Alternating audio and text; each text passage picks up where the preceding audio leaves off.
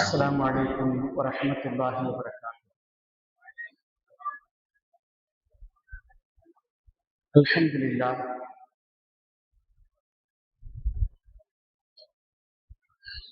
نحمده ونصلي على رسوله الكريم.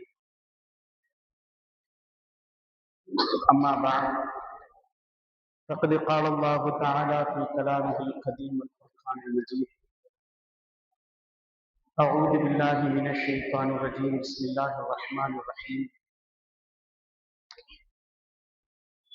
اليوم أكملت لكم دينكم وأتممت عليكم نعمتي ورضيت لكم الإسلام دينا. صدق الله العلي العظيم.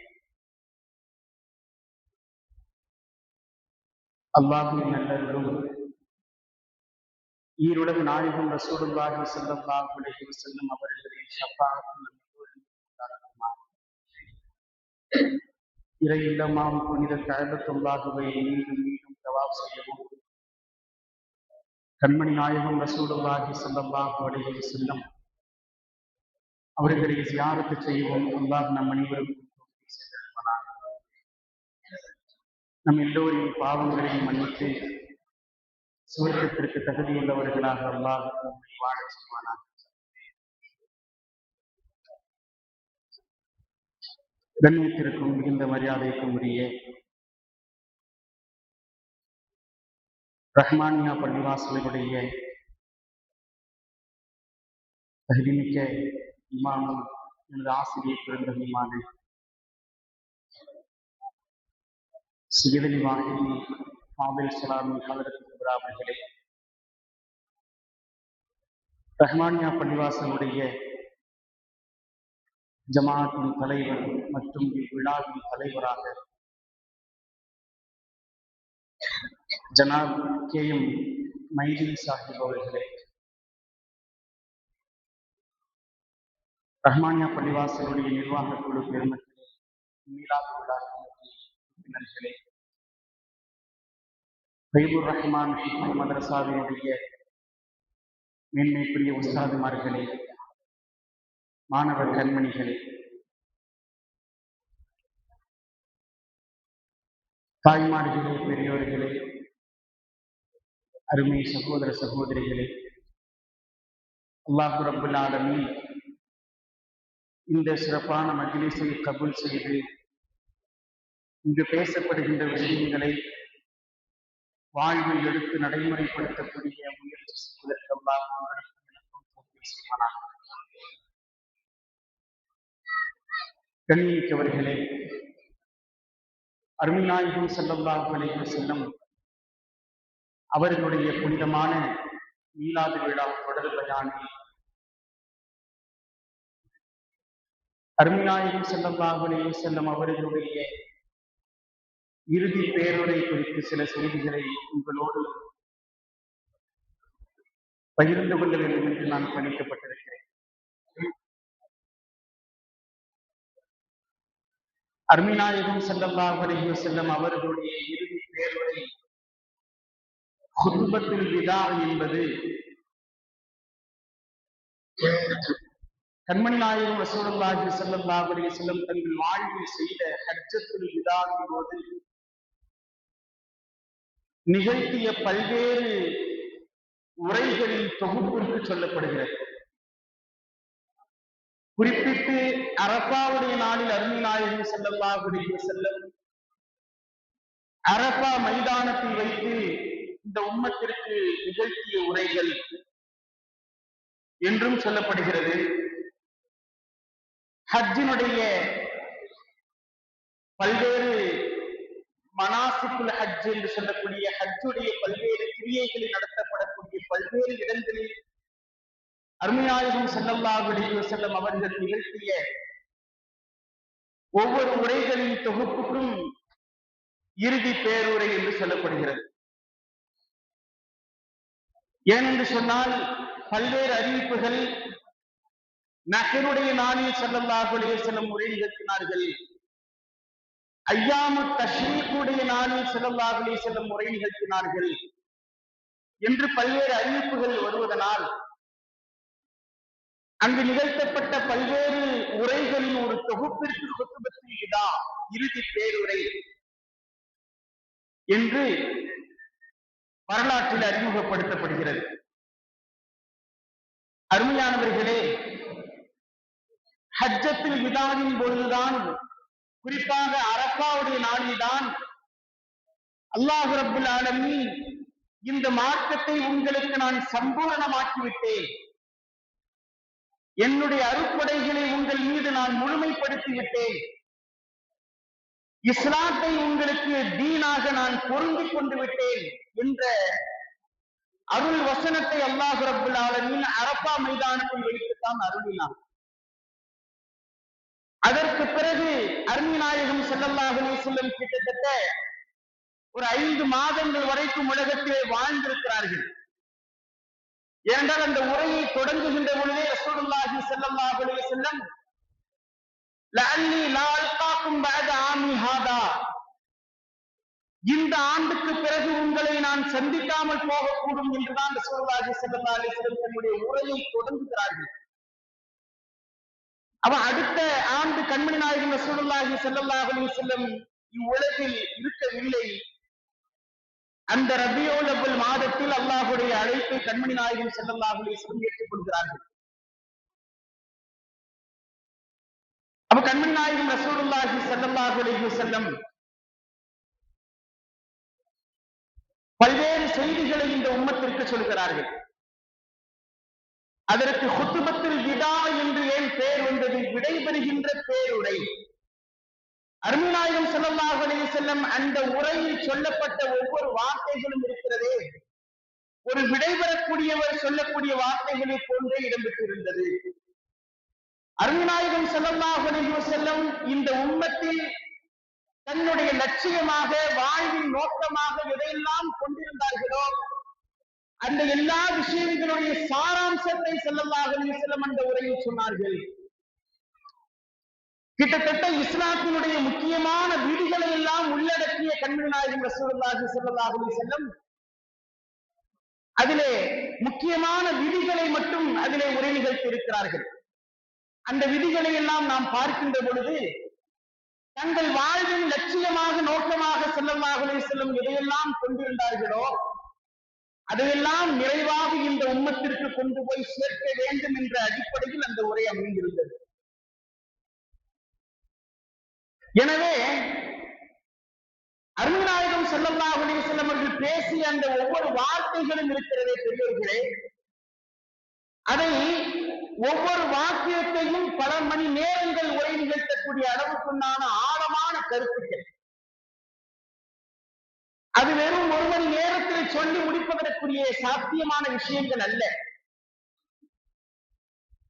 அவ்வளவு ஆழ பொதிந்துள்ள கருத்துக்களை கண்மணி நாயகம் ரசூலுல்லாஹி ஸல்லல்லாஹு அலைஹி வஸல்லம் ஒரு ஒரு செய்திகளாக இந்த உரையை குறிப்பிட்டார்கள். கண்மணி நாயகம் ரசூலுல்லாஹி ஸல்லல்லாஹு அலைஹி வஸல்லம் நிகழ்த்திய அந்த குத்துபத்துல் விதாவினுடைய பிரயோஜனங்களை அல் ஃபராயிது லிமா ஃபி குத்துபத்துல் விதாஇ மினல் ஃபவாயிதி என்ற அருமையான ஒரு நூல். அந்த நூலிலே அருமை நாயகம் ஸல்லல்லாஹு அலைஹி வஸல்லம் நிகழ்த்திய குத்துபத்துல் விதாவினுடைய அடிப்படைகளை மட்டும் சொல்லியிருக்கிறார்கள். ஹஜ்ஜத்துல் இஸ்லாம் இமாம் கஸ்ஸாலி ரலியல்லாஹு அன்ஹு குத்துபத்துல் விதாவினுடைய அடிப்படைகள் 5 அடிப்படைகளை சொல்லி காட்டுகிறார்கள். அருமை நாயகம் ஸல்லல்லாஹு அலைஹி வஸல்லம் பேசிய அந்த வார்த்தைகளில் ஒட்டுமொத்தமான இந்த ஷரியத்தினுடைய மக்சதுகள் என்று குறிப்பிடப்படக்கூடிய மகாசிது ஷரியாவை உள்ளடக்கக்கூடியதான 5 உசூல்களை கண்மணி நாயகம் ரசூலுல்லாஹி ஸல்லல்லாஹு அலைஹி வஸல்லம் அந்த உரையில் நிறைவாக குறிப்பிட்டிருக்கிறார்கள். அதன் ஒவ்வொரு செய்திகளையும் உள்ளடக்கிய ரசூலுல்லாஹி ஸல்லல்லாஹு அலைஹி வஸல்லம் கண்மணி நாயகம் ரசூலுல்லாஹி ஸல்லல்லாஹு அலைஹி வஸல்லம் தனி சிறப்பு என்ன அப்படின்னா, ஊர்தீத்து ஜவாமி அல் கலிம் என்று சொல்லப்பட்டு சொன்னார்கள். நான் பேச்சின் ஒட்டுமொத்தத்தை கொடுக்கப்பட்டிருக்கிறேன். சுருக்கமான ஒரு வார்த்தை அது நீளமான விரிவான பல பொருள் கொண்டதாக இருக்கும். ரசூல் ஸல்லல்லாஹு அலைஹி வஸல்லம் அவருடைய ஒவ்வொரு வார்த்தைகளும் அப்படிப்பட்டதுதான். அதுல இந்த ஹுத்பத்துல் விதா என்பது ரத்தின சுருக்கமாக வட்டுருக்கமாக ஒரு முஸ்லீம் கடைபிடிக்க வேண்டிய ஒட்டுமொத்தமான வாழ்க்கை தத்துவங்களை உள்ளடக்கியதான முறையில் கண்மணி நாயகம் ரசூலுல்லாஹி அலைஹி வஸல்லம் பேசியதை இமாம் கஸாலி இமாம் அவர்கள் அது 5 அடிப்படைகளை கொண்டது.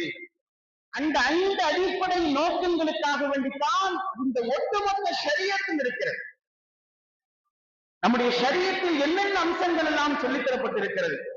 இபாதத்துகள் சம்பந்தமாக, கொடுக்கல் வாங்கல் சம்பந்தமாக, வாழ்வியல் சம்பந்தமாக, குற்றவியல் சம்பந்தமாக என்னென்ன விஷயங்கள் எல்லாம் ஒரு மனிதன், சாதாரண மனிதன் உலகில் எதிர்கொள்வானோ அது எல்லாவற்றிற்குமான அடிப்படைதான் என்ற ஷரியத். அதனுடைய முக்கியமான 5 அடிப்படைகளை கண்மணி நாயகம் ரசூலுல்லாஹி ஸல்லல்லாஹு அலைஹி வஸல்லம் அதிலே உள்ளடக்கி இருக்கிறார்கள். அதிலே முதலாவது ஹிஃபுன் நஃப்ஸ். மைக் எதுவும் இறைதான்.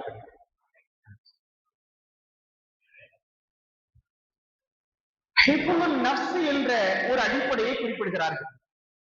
அருமை நாயகம் ஸல்லல்லாஹு அலைஹி வஸல்லம் அந்த ஹுத்பத்துல் விதாவினுடைய தொடக்கத்திலே இது என்ன மாதம், இது என்ன ஊர், இது என்ன நாள் என்று சஹாபாக்களுக்கு கேள்வி கேட்கிறார்கள். சஹாபாக்கள் எல்லாம் ரசூல் ஸல்லல்லாஹு அலைஹி வஸல்லம் ஏதோ ஒரு புதிய பேரை இந்த நாளுக்கும் இந்த மாதத்திற்கும் இந்த ஊருக்கும் சூட்டப் போகிறார்கள் என்று சொல்லி அல்லாஹும் அல்லாஹு ரசூலும் தான் மிக அறிந்தவர்கள் என்ற வார்த்தையே பதிலாக சொல்கிறார்கள். இது நஹ்ருடைய நாள் அல்லவா, இது துல்ஹஜ் மாதம் அல்லவா, இது பைத்துல் ஹராம் புனிதப்படுத்தப்பட்ட ஊர் அல்லவா என்று ரசூலுல்லாஹி ஸல்லல்லாஹு அலைஹி வஸல்லம் கேட்டுவிட்டு அதற்கான பதிலையும் சொல்லிவிட்டு, அலா ஃபஇன்ன திமாஅக்கும் வ அம்வாலக்கும் வ அராலக்கும் அலைக்கும் ஹராமுன் கஹுர்மதி யௌமிக்கும் ஹாதா வ ஃபீ பலதிக்கும் ஹாதா வ ஃபீ ஷஹரிக்கும் ஹாதா. உங்களுடைய உயிர், உங்களுடைய உடைமைகள், உங்களின் கண்ணியங்கள், உங்களின் மான மரியாதைகள், இவைகள் எல்லாம் ஒரு பூமியின் மீது இந்த மாதத்தினுடைய கண்ணியம் எப்படிப்பட்டதோ, இந்த ஊரின் கண்ணியம் எப்படிப்பட்டதோ, இந்த நாளின் கண்ணியம் எப்படிப்பட்டதோ அதே போன்றது என்று ரசூலுல்லாஹி ஸல்லல்லாஹு அலைஹி வஸல்லம் சொல்கிறார்கள். அருமையானவர்களே, ஃபஇன்ன திமாஅக்கும் என்று தொடங்குகிறார்கள். ரசூல் ஸல்லல்லாஹு அலைஹி வஸல்லம் ஹிஃபுன் நஃப்ஸ், உயிர் பாதுகாப்பு. இந்த உலகத்திலே கண்மணி நாயகம் ரசூலுல்லாஹி ஸல்லல்லாஹு அலைஹி வஸல்லம் இந்த உரையை முடிக்கின்ற பொழுது, லா தர்ஜிஉ பஅதி குஃபாரா, எனக்கு பிறகு நீங்கள் காஃபிர்களாக ஆகிவிடாதீர்கள். எவ்ரிவு பஅதுக்கும் விகாத பஅலி, உங்களில் சிலரின் கழுத்துக்களை வெட்டி கொள்ளக்கூடிய, கொலை செய்து கொள்ளக்கூடிய நிலையில் நீங்கள் காஃபிர்களாக மாறிவிடாதீர்கள் என்று ரசூலுல்லாஹி ஸல்லல்லாஹு அலைஹி வஸல்லம் இந்த உரையை முடிக்கிறார்கள். அவர் உயிர் பாதுகாப்பு ஹிஃபுன் நஃப்ஸ் என்பதை ரசூலுல்லாஹி ஸல்லல்லாஹு அலைஹி வஸல்லம் அடிப்படையாக குறிப்பிடுகிறார்கள். இந்த அடிப்படையை அல்லாஹ் வைத்து பல்வேறு சட்ட திட்டங்களை, ஷரியத்தின் அம்சங்களை அல்லாஹ் ரப்பல் ஆலமீன் கடமையாக்கி இருக்கிறார். ஒரு உயிர் உலகத்தில் கொல்லப்பட வேண்டும் என்று சொன்னால் அதற்கு 3 காரியங்களை ரசூலுல்லாஹி ஸல்லல்லாஹு அலைஹி வஸல்லம் அனுமதியாக சொல்லியிருக்கிறார்கள்.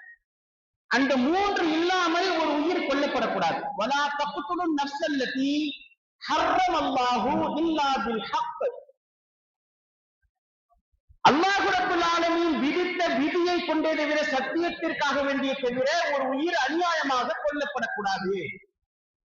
என்னென்ன காரணத்திற்காக ஒரு உயிரை கொல்லலாம்? சையதுனா உஸ்மான் இப்னு அஃபான் ரலியல்லாஹு அன்ஹு தன்னுடைய வீட்டில் சிறைப்படுத்தப்பட்டிருக்கக்கூடிய கடைசி நேரத்திலே தன்னுடைய வீட்டின் முற்றத்திலே வந்து நின்று கொண்டு சுற்றி முற்றுகையிட்டிருந்த எதிரிகளை பார்த்து பேசினார்கள். எதற்காக நீங்கள் முற்றுகையிட்டிருக்கிறீர்கள்? கண்மணி நாயகம் ரசூலுல்லாஹி ஸல்லல்லாஹு அலைஹி வஸல்லம் அவர்கள் சொல்ல நான் கேட்டிருக்கிறேன். ஒரு மூமினுடைய உயிர் கொல்லப்பட வேண்டுமானால் அவன் கொலை செய்தவனாக இருக்க வேண்டும். அந்த கொலைக்கு கொலை பரிகாரம். ஷரியத்துல கிசாஸ் ஒரு அம்சம் உண்டு. கொலை செய்தால் கொலையாளியை மீண்டும் செய்வது, அந்த கொலைக்கு கொலையே பழியாக தீர்வாக அமைவது, மரண தண்டனை. இது ஒன்று. இரண்டாவது, திருமணம் முடித்து விபச்சாரம் செய்தவனாக இருந்தால் அவனை கல் எறிந்து ரஜம் செய்து கொல்லப்பட வேண்டும். இது இரண்டாவது.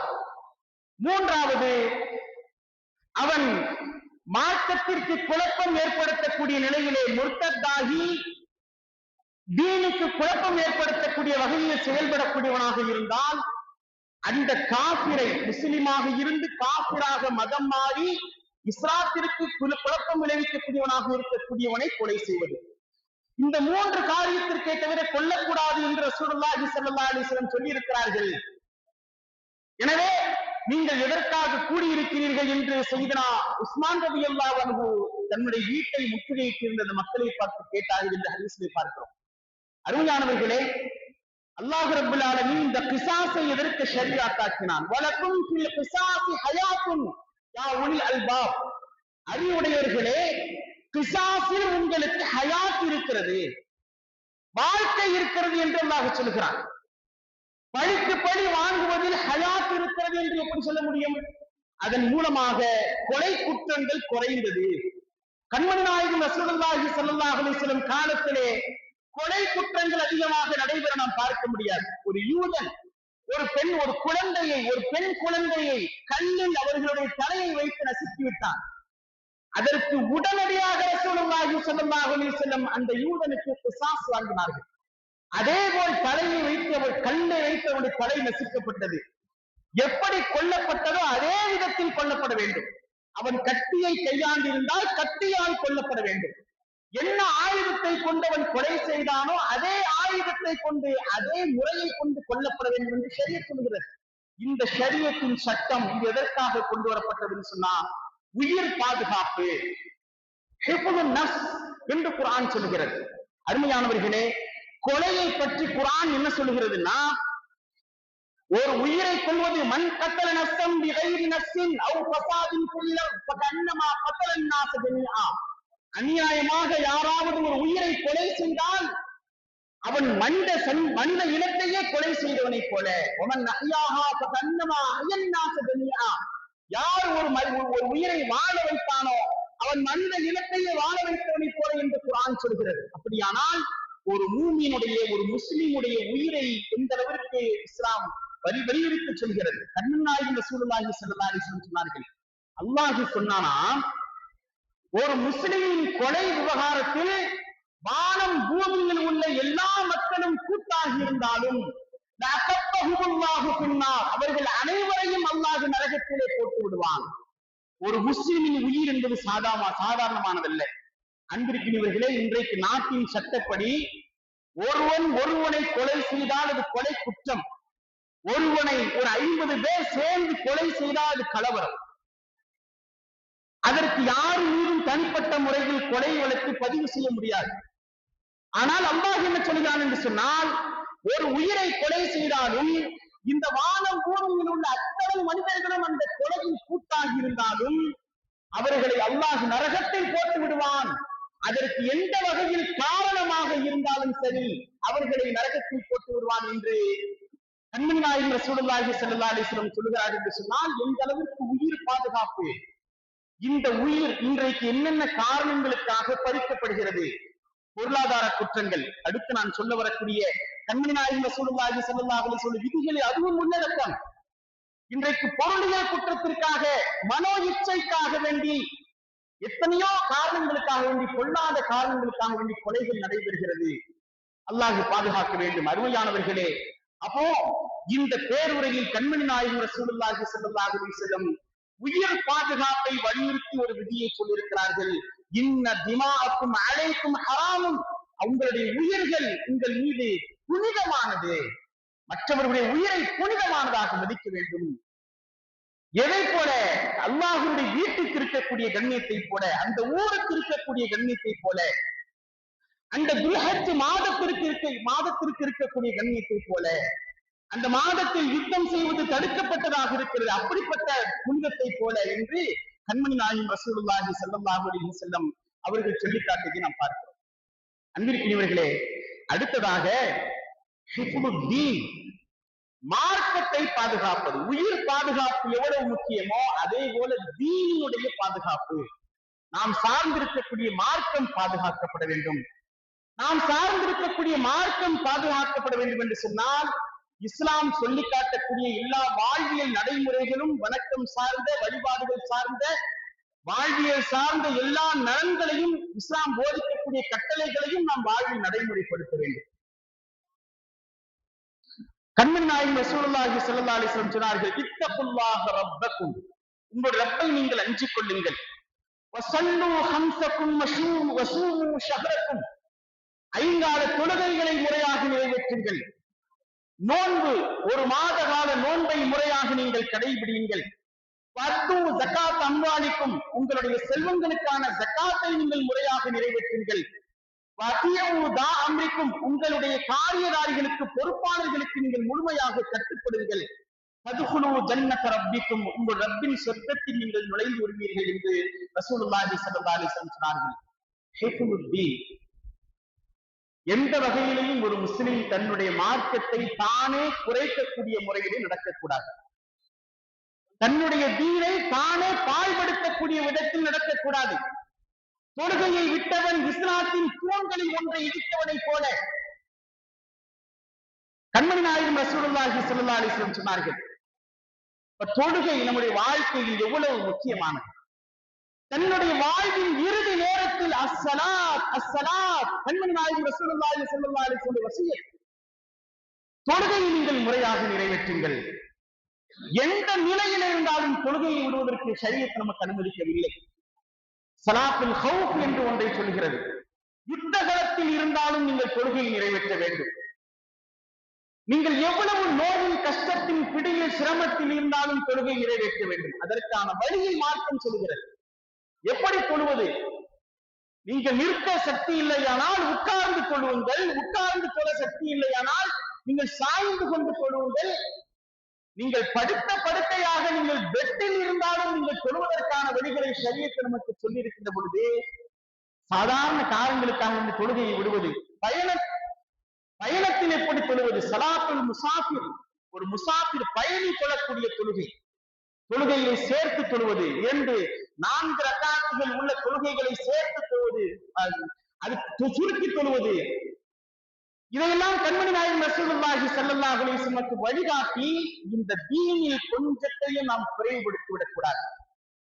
நோன்பை விடுவதற்கென்று சில சலுகைகள், அந்த சலுகைகளை சொல்லிவிட்டு அன் தஸூமு கைருல் லக்கும், நீங்கள் நோன்பு நோற்பதுதான் உங்களுக்கு சிறந்தது. நோன்பை விடுவதற்குரிய காரணங்கள் இருந்தாலும் கஷ்டப்பட்டு சிரமப்பட்டு நோன்பை வைக்க வேண்டியதில்லை. இலகுவான முறையிலே இன்றைய காலத்தில் நோன்பை நோக்க முடியும். அதுதான் உங்களுக்கு சிறந்தது. உங்களுடைய பொருள்களுக்கான ஜகாத்தை நிறைவேற்றுங்கள்.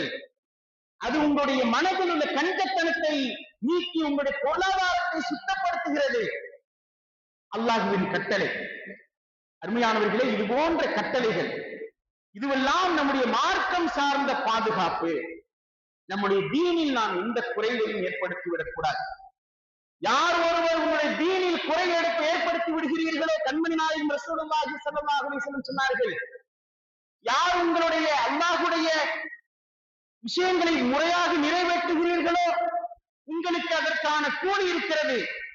யார் அதை நிறைவேற்றவில்லையோ உலகத்திலேயே அதற்கான தண்டனை கிடைக்கலாம், அல்லது அது ஆகிரத்து வரைக்கும் பிற்படுத்தப்படலாம். இன்ஷா அஸ்தபஹு வ இன்ஷா கஃபர லஹு, அல்லாஹ் நாடினால் தண்டிப்பான், அல்லாஹ் நாடினால் மன்னிப்பான். அருமையானவர்களே, கண்மணி நாயகம் ரசூலுல்லாஹி ஸல்லல்லாஹு அலைஹி வஸல்லம் இந்த தீனை பாதுகாப்பதை குறித்து இஸ்லாமிய மக்களுக்கு உபதேசிக்கிறார்கள். அந்த கடைசி தருணத்திலே, இறுதி பேருரையிலே, தொழுகையை முறையாக நிறைவேற்றுங்கள், முறையாக நீங்கள் நோன்பை நோருங்கள், ஜக்காத்தை நிறைவேற்றுங்கள். ஜக்காத் எந்த அளவுக்கு முக்கியமாக சையதுனா அபூபக்கர் சித்தீக் ரலியல்லாஹு அன்ஹு கடைபிடித்தார்கள் என்று சொன்னால், ஒருவர் தொழுகையை ஏற்றுக்கொண்டு ஜக்காத்தை மறுத்தாரையானால் நான் அவருக்கு போர் செய்வேன் என்று சொன்னார்கள் சையதுனா சித்தீக் ரலியல்லாஹு அன்ஹு. அப்ப அந்த அளவிற்கு தீனின் முக்கியத்துவம் வாய்ந்த ஒரு தூணாக இருக்கக்கூடிய காரியத்தை நாம் எந்த குறையும் ஏற்படுத்தக்கூடாது. அதே போல இஸ்லாமிய பண்பியல்கள் விஷயத்தில் நாம் பார்க்கிறோம்.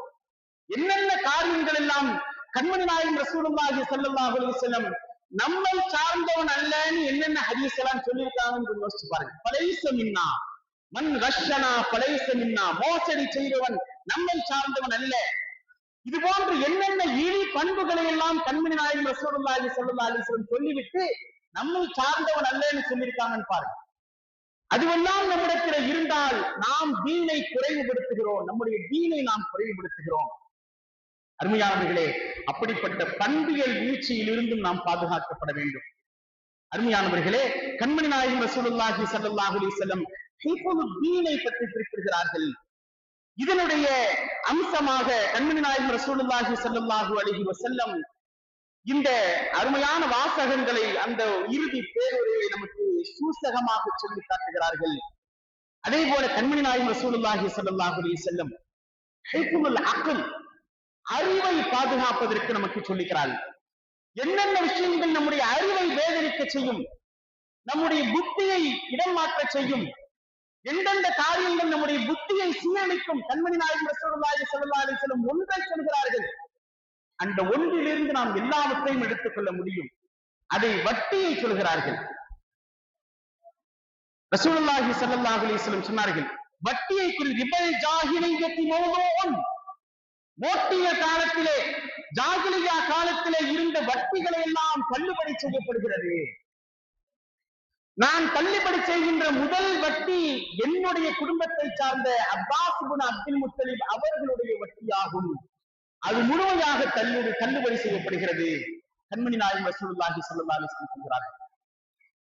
அருமையானவர்களே, வட்டியை உண்பவர்களையும் அதை வாங்குபவர்களையும் கொடுப்பவர்களையும் அதற்கு சாட்சிகளாக இருப்பவர்களையும் அதை பதிவு செய்பவர்களையும் கண்மணி நாயகம் ரசூலுல்லாஹி ஸல்லல்லாஹு அலைஹி வஸல்லம் சொன்னார்கள், அல்லாஹ் சபிக்கிறான். இன்றைக்கு வட்டி நம்மிடத்துல எந்த அளவிற்கு ஊழில் போயிருக்கிறது. இன்ட்ரெஸ்ட் என்று இந்த ஹுமானிட்டி சொல்லுவாங்க, இன்ட்ரெஸ்ட்ல ரொம்ப இன்ட்ரெஸ்டா இருக்கலாம் அப்படின்னு. வட்டியில் இன்றைக்கு நாம் அவ்வளவு ஆர்வமாக, ஏன் அதற்கு கடன் கிடைக்கவில்லை, 1000 காரணங்கள் சொல்ல முடியும். ஆனால் தீனுடைய ஒரு அடிப்படையை நாம் மீறி செயல்படுகிறோம் என்று சொன்னால், தீனின் ஒரு கட்டளையை நாம் மீறி செயல்படுகிறோம் என்று சொன்னால், அந்த தீனில் நாம் இருந்து என்ன பயன்? வட்டியை குறித்த கவலை இல்லாமல் ஒருவன் பொருளியை தொடர்புடையவனாக இருக்கிறான் என்று சொன்னால், வட்டி கொடுக்கல் வாங்கலில் அவனுக்கு எந்த பிரச்சனையும் இல்லை என்று அவன் கருதினால், அவன் தீனில் இருந்து என்ன பிரயோஜனம்? கண்மணி நாயகம் ரசூலுல்லாஹி ஸல்லல்லாஹு அலைஹி வஸல்லம் குர்ஆனும் எவ்வளவு கடினமான வார்த்தைகளை சொல்கிறது. நீங்கள் வெட்டியை விடவில்லை என்று சொன்னால், பயில்லம் தபாலு ஃபஅதனு பிஹர்பி மினல்லாஹி வ ரசூலிஹி, நீங்கள் அல்லாஹ் ரசூலிடத்திலே போர் தொடுக்கிறீர்கள் என்று அல்லாஹ் சொல்கிறார். அருமையானவர்களே, எவ்வளவு பெரிய பாரதூரமான விஷயம் வட்டி. இது போன்ற ஹராமான கொடுக்கல் வாங்கல் நம்முடைய அறிவை வேதனைக்க செய்து விடுகிறது என்று சொல்கிறார்கள். அது அல்லாஹ்வே சொல்கிறான், அல்லதீன யகுலூன ரிபா லா யகூமுன இல்லா கமா யகூமு அல்லதீ யதஹப்பத்துஹு ஷைத்தானு மினல் மஸ். வட்டியை சாப்பிட்டவன் நாளை மறுமையில் கபரில் இருந்து எழுந்திருக்கும் போது எப்படி எழுந்திருப்பான் தெரியுமா? ஷைத்தானுடைய தீண்டுதலினால், ஷைத்தானுடைய தொடுதலினால் புத்தி பேதலித்தவன் எழுந்து நிற்பதை போல எழுந்து நிற்பான். அருமையானவர்களே, அந்த நாளை நாம் யோசித்து பார்க்க வேண்டும். மறுமை நாள், நாம் உயிரோடு எழுப்பப்படுகின்ற நாள், மீண்டும் உயிர் கொடுத்து எழுப்பப்படுகின்ற நாள். அந்த நாளில் புத்தி பேதலித்து நாம் எழுப்பப்படுமையானால் நம்முடைய நிலைமை என்னாகும் என்பதை நாம் யோசித்து பார்க்க வேண்டும். குர்ஆன் எச்சரிக்கிறது, வட்டியை சாப்பிடுபவன் அந்த நிலையில் அவன் எழுப்பப்படுவான். நீங்கள் வட்டியை விட்டு விடுங்கள். நீங்கள் வட்டியில் இருந்து என்னென்ன வகைகள் எல்லாம் இருக்கிறதோ எல்லாவற்றையும் விட்டு விடுங்கள். பலக்கும் ரூஸ் அம்பாலிக்கும், உங்களுடைய செல்வத்தின் முதலீடுகள் உங்களுக்கு சொந்தமானது, உங்களுடைய செல்வத்தின் கேபிட்டல் அது உங்களுக்கு சொந்தமானது. அதன் மூலமாக கிடைக்கப்படுகின்ற வட்டி உங்களுக்கு சொந்தமானதல்ல. வட்டி என்று சொன்னால் எதை நாம் கூடுதலாக, நாம் லாபமாக, மன்ஃபாத்தாக, பிரயோஜனமாக நாம் எதை அடைகிறோமோ, அதனால்தான் அவர்கள் இப்படி சொன்னார்கள், அல்லாஹ் வியாபாரமாகிதான வட்டியும் அப்படின்னாங்க. வியாபாரமாகிதான வட்டியும், நாம் வியாபாரத்தில் கூடுதல் லாபம் வைத்து வியாபாரம் செய்கிறோம், அதுபோலத்தானே என்று சொன்னார்கள். ஆனால் அல்லாஹ் வட்டியை ஹராமாக்கி இருக்கிறான். ஒரு பொருளை எந்த பிரயோஜனம் இல்லாமல் இவன் மற்றொரு பொருளை கொண்டு அதிகப்படுத்தி கேட்பது வட்டி. அது எந்த ரூபத்தில் எந்த வகையில் இருந்தாலும் சரி. இன்றைக்கு எத்தனை வகையான வட்டிகள் பெருகி இருக்கிறது அருமையானவர்களே. அப்ப அந்த வட்டி விஷயத்தில் கண்மணி நாயகம் ரசூலுல்லாஹி ஸல்லல்லாஹு அலைஹி வஸல்லம் இவ்வளவு தூரம் எச்சரித்திருக்கின்ற பொழுது மாநகர செய்தா இப்னு மஸ்ஊத் ரலியல்லாஹு அன்ஹு சொல்கிறார்கள், மாநகர ஃபீ கௌமின் அஸ்ஸினா வர்ரிபா இல்லா அஹல்லு அன்ஃபுஸஹும் அஸாபல்லாஹ். வட்டிக்கும் விபச்சாரத்திற்கும் எந்த சமூக மக்கள் தங்களில் இடம் கொடுத்து விடுகிறார்களோ அல்லாஹ்வின் வேதனையை தங்கள் மீது அவர்கள் இறக்கிக் கொள்ள தகுதியுடையவர்களாகிவிட்டார்கள். அவர்களே அல்லாஹ்வுடைய அஸாபை தங்கள் மீது இறக்கிக் கொள்கிறார்கள் என்று சொல்கிறார்கள். அப்ப அல்லாஹ்வுடைய வேதனையை நாம் பயப்பட வேண்டாமா? அல்லாஹ்வுடைய தண்டனையை நாம் பயப்பட வேண்டாமா? அருமையானவர்களே, சையதுனா அப்துல்லாஹ் இப்னு ஹன்ஸலா ரலியல்லாஹு அன்ஹு அவர்கள் சொல்கிறார்கள், திர்ஹமுன் ரிபன் யகுலுஹு ரஜுலு வஹுவ யஅலமு அஷத்து மின் சித்தத்தின் வஸலாசீன ஜனியத்தன். ஒருவன் வேண்டுமென்றே ஒரு வட்டி சார்ந்த ஒரு பொருளை சாப்பிடுகிறான் என்று சொன்னால் 36 முறை விபச்சாரம் செய்வதை விட கொடிய பாவம் என்று சொல்கிறார்கள். 7 பெரும் பாவங்களில் ஒன்று வட்டியை வாங்குவதே. இஜ்தனிபு சபஅல் மூபிகாத், அழித்தொழிக்கும் 7 பாவங்களை விட்டும் தவிர்த்து கொள்ளுங்கள் என்று ஸல்லல்லாஹு அலைஹி வஸல்லம் சொன்னார்களே. அந்த 7 பாவங்களில் ஒன்று வட்டி. அந்த வட்டி நம்முடைய வாழ்க்கையை எப்படியெல்லாம் சின்னாபின்னமாக ஆக்கிறது, சீரழிக்கிறது. ஒரு மனிதனுடைய உழைப்பை உறிஞ்சி தின்னக்கூடிய மோசமான ஒரு நடைமுறை வட்டி. அருமையானவர்கள், அந்த விஷயத்திற்கு இன்றைக்கு நம்மில் இடம் கொடுத்திருந்தோம் என்று சொன்னால் நாம் உடனடியாக தௌபா செய்ய வேண்டும். அல்லாஹ்விடத்தில் நாம் தௌபா செய்ய வேண்டும். இனி வட்டி வாங்குவதில்லை, பெறுவதில்லை என்ற உறுதி எடுக்க வேண்டும். நகைகளை அடமானமாக வைத்து கடன் வாங்குவது, வங்கிகளில் கடன் பெறுவது, வட்டிக்கு கடன் பெறுவது, இப்படியெல்லாம் எத்தனை வகைகளில் வட்டி இருக்கிறதோ முற்றிலுமாக வட்டி பொருளாதாரத்தை விட்டு நாம் மீள வேண்டும். அல்லாஹ் பாதுகாப்பானாக. எந்த சூழ்நிலையிலும் வட்டி நம்மிடத்தில் நுழைந்து விடக்கூடாது. ஹராமான ₹1 வந்தால் அது நமக்கு 1000 ரூபாய்க்கு செலவு வைக்கும். அல்லாஹ் பாதுகாப்பானாக. கண்ட நோய்கள் எல்லாம் பரவி கொண்டிருக்கக்கூடிய காலம். திரும்புகின்ற ஒவ்வொரு கணத்திலும் பேராபத்துகளை விட்டும் கண் வைக்கும் நேரத்தில் அல்லாஹ் நம்மை பாதுகாத்துக் கொண்டிருக்கிறான். இது போன்ற கொடிய வருமானங்கள் நம்மிடத்தில் வந்துவிட்டால் சீரழிந்து சிக்கி சின்னாபின்னமாகி விடுவோம் என்பதிலே எந்த விதமான சந்தேகம் இல்லை. அது அல்லாஹ்வுடைய நேரடியான கோபத்திற்கும் நேரடியான கோப பார்வைக்கும் அது தகுதியான ஒரு பாவம். அது அருமையானவர்களே, வட்டியை விட்டு நாம் மீண்டு விட வேண்டும். இந்த வட்டியிலிருந்து நாம் கியாஸ் எடுத்தோம் என்று சொன்னால் என்னென்ன பொருளாதாரங்கள் மோசமான பொருளாதாரங்களாக இருக்கிறதோ, மோசமான வருமானமாக இருக்கிறதோ, அதுவெல்லாம் நம்முடைய அறிவை திண்டாட செய்துவிடும். அல்லாஹ் சொல்கிறான், குலூமின தய்யிபாத் வஅமலு ஸாலிஹா. ஹலாலான வஸ்துக்களை நீங்கள் உண்ணுங்கள், நல்ல அமல்களை செய்யுங்கள். ஹலாலான உணவு உள்ளே வரவில்லை என்று சொன்னால் நல்ல அமல்கள் நம்மிடத்தில் வராது. நம்மிடத்திலிருந்து வெளியாகக்கூடிய அமல்கள் எல்லாம் மோசமான செயல்பாடுகளாக ஆகிவிடும். நம் செயல்கள் அல்லாஹ்வினால் அங்கீகரிக்கப்பட வேண்டும் என்று சொன்னால் நம்முடைய உணவு ஹலாலாக இருக்க வேண்டும். நம்முடைய கொள்கைகள் 40 நாள் தொழுகை ஏற்கப்படாது மது அருந்திவிட்டார். இன்றைக்கு மது பழக்கம், போதை பழக்கம், பெட்டி கடைகளில் எல்லாம் சாதாரணமாக போதை வஸ்துக்கள் கிடைக்கப்படக்கூடிய அளவுக்கு சமூக சீரழிவு அடைந்து கொண்டிருக்கிறது. அருமையானவர்களே, நாம் நம்முடைய சந்ததிகளையும் நாம் எச்சரிக்க வேண்டும். நாமும் எச்சரிக்கையாக இருந்து விட வேண்டும். எந்த சூழ்நிலையிலையும் போதை நம்மை அனுப்பிவிடக்கூடாது. போதை பழக்கம். சையதுனா உமர் ரலியல்லாஹு அன்ஹுவுடைய அருமை மகனார் அப்துல்லாஹ் இப்னு அம்ர் இப்னு ஆஸ் ரலியல்லாஹு அன்ஹு அவர்கள் ஆளுநராக இருக்கக்கூடிய சிரியாவில் அவர்கள் நபீது அருந்தினார்கள். பழச்சாறு, திராட்சை பழச்சாறை அருந்துகிறார்கள். அதனால் அவர்களுக்கு லேசாக ஒரு கிறக்கம் ஏற்படுகிறது. அவர்கள் நேரடியாக ஆளுநர் அம்ர் இப்னு ஆஸ் ரலியல்லாஹு அன்ஹு, அப்துல்லாஹ் இப்னு அம்ர் இப்னு ஆஸ் ரலியல்லாஹு அன்ஹு சபைக்கு சென்று, நான் பழச்சாறு கொடுத்தேன், அது போதை தரும், எனக்கு தெரியாது, எனக்கு போதை ஏற்பட்டு விட்டது, என் மீது நீங்கள் ஹத்தை நிறைவேற்றுங்கள், என் மீது இஸ்லாமிய தண்டனையை நீங்கள் நிறைவேற்றுங்கள் என்று சொல்கிறார்கள். அப்துல்லாஹ் இப்னு அம்ர் இப்னு ஆஸ் ரலியல்லாஹு அன்ஹு அவர்களை ஓரங்கட்ட பார்க்கிறார்கள். நீங்க தெரியாம தானே குடிச்சீங்க, பரவாயில்லை, அதனால் ஏற்பட்ட போதை இறங்கிவிடும், அது உங்கள் மீது குற்றமாகாது. இல்லை, என்னை தண்டியுங்கள் என்று கேட்கிறார்கள். அவர்களுக்கு 80 கசையடிகள் கொடுக்கப்பட்டது. அதோட உடலை உமர் ரலியல்லாஹு அன்ஹு அவர் மதீனாவுக்கு அனுப்பி வைங்கன்னு சொல்லி மதீனாவிற்கு வந்ததற்கு பிறகு உமர் ரலியல்லாஹு அன்ஹு அவர்களும் அவர்களை அடித்தார்கள். 80 கசையடிகள் அடித்தார்கள். சாதாரணமாக நிகழ்ந்த, தெரியாமல் நிகழ்ந்து விட்ட ஏதோ ஒன்றை சாப்பிட்டு பிரியாணி அதிகமா சாப்பிட்டா ஒரு மாதிரி மசக்கும் இல்ல, அந்த மாதிரி பழச்சாறு அருந்தி அவர்களுக்கு ஏற்பட்டிய அந்த மசக்குதலுக்கே அவர்கள் அந்த அளவுக்கு கவலைப்பட்டு இஸ்லாமிய தண்டனையை தன் மீது நிறைவேற்ற சொல்லி அவர்கள் சென்றார்கள் என்று சொன்னால், அருமையானவர்களை இன்றைக்கு நம்முடைய சமூகம் எப்படியெல்லாம் சீரழிந்து கொண்டிருக்கிறது.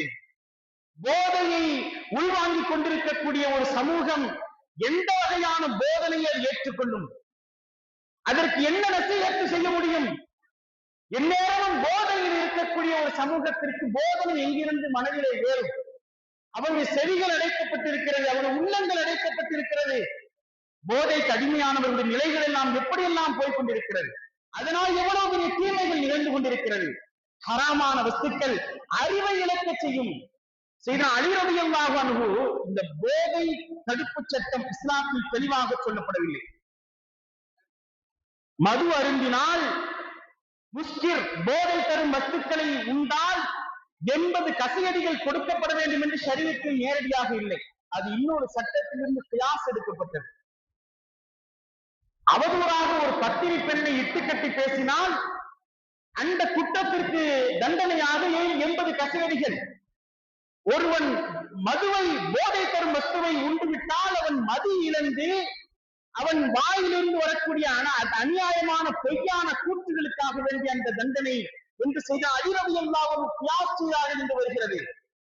அப்படியான அறிவை வேதனைக்க செய்யக்கூடிய எந்த